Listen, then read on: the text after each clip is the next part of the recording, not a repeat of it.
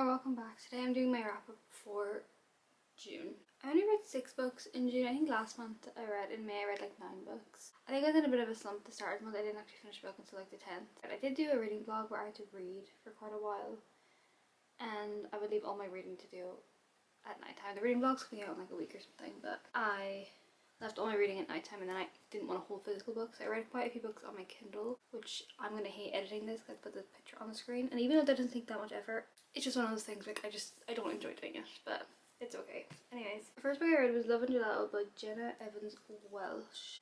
I ended up giving this one a 3.5 stars. This one is about this girl, I forget her name, I don't remember names. Her mom's like dying wish was for her to go over to Italy to meet her dad and like spend a year in Italy like her mom did, or like the summer or the year, I can't remember. And then when she's in Italy, she gets her mom's diary, and you kind of can see what her mom's life was like over in Italy too.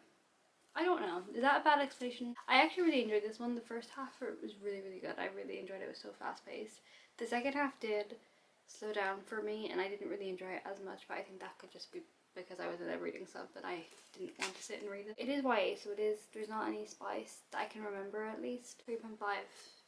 It could have been a 4 if I wasn't in a slump, but I also don't really know because I was. Then I read The Do-Over by Lynn Painter. I've had this book for so long and I was scared to read it because I didn't really enjoy Better Than the Movies by her, but I loved The Love Wager and the first one to that one, what is it called? Mr. Wrong Number. So them two, but they're her adult romances, so I think it's just the YA ones that I don't really get along with. I still give this one a 3 stars. I did enjoy this one a lot more than I thought I was going to. This is like a Groundhog Day trip, so she relives Valentine's Day over and over again, but it's like a really bad Valentine's Day. So her like car breaks down, her boyfriend cheats on her and she like sees it. Something else happens with like a scholarship or something that she doesn't get, and you kind of just see her relive it a few times, but it wasn't like repetitive. I feel like when I read a book where it repeats, especially like books with the amnesia trope, I hate it because I'm like, just remember. But this one wasn't. I know she doesn't have amnesia because she's reliving the same day, but no one else remembers her, so I thought I would hate it for that reason. But it was actually okay. So 3 stars. I did enjoy this one more than Better Than Movies. Then I read Heartstopper by Alice Osman. This is, I'm sure everyone knows what Heartstopper is. It's about these 2 boys named Charlie and Nick, and Charlie is like openly gay. Everyone is going he's gay, and Nick is not. You kind of watch him throughout the first and second book trying to figure out what his sexuality is. It's also a graphic novel. Did I say that already? I can't even remember what I said. So they're really quick to read. I gave this one a 4 stars. I really enjoyed it. I didn't really know what to rate it. I've never read a graphic novel before.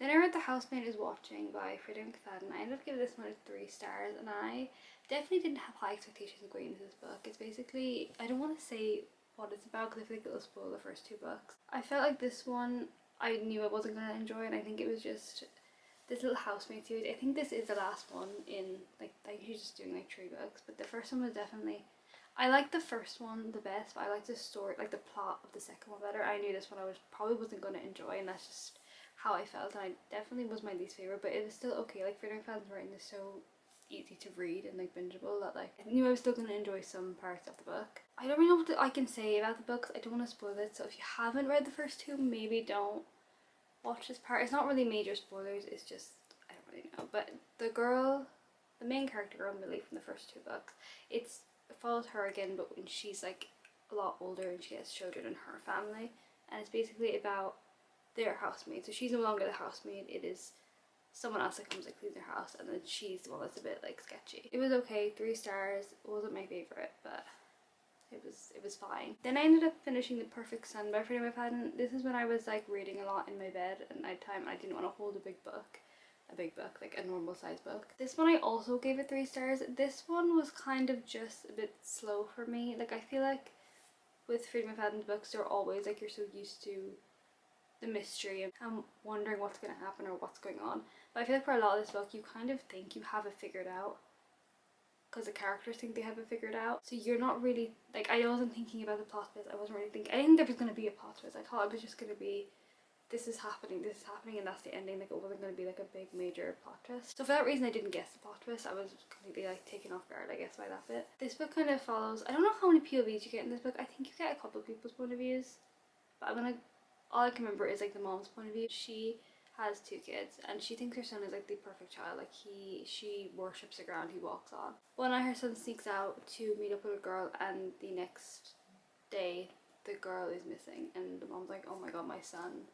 And she's like convinced it was her son that has kidnapped this girl. And that's kind of the whole plot of the book. There's not really much to it. But yeah, 3 stars. Wasn't my favourite. Easy to read once again, it is Freida McFadden, but definitely wasn't my favourite. And the last book I read in June was the second in the Heartstopper series. This one I can't really tell you much about it just because I just told you about the first one, and the second, if I tell you what happens in the second one, it will completely spoil the first one because it's not like an interconnected series. You have to read like them in order. I also give this one a 4 stars. I don't really know my rating system still with graphic novels, but I'll probably end up giving every book in the series around that. The whole series probably end up being like a 5-star series. I have the other 3 books. I think there's a 6th one coming out, but I'm trying to like space them out because I don't want to read them all in like a week because I definitely could. So similar to this series. I've never read a book that has been this similar to a series like ever. These ones also have like extra like people's diaries and stuff, and like they're about like stuff about their outfits, which I thought was quite fun.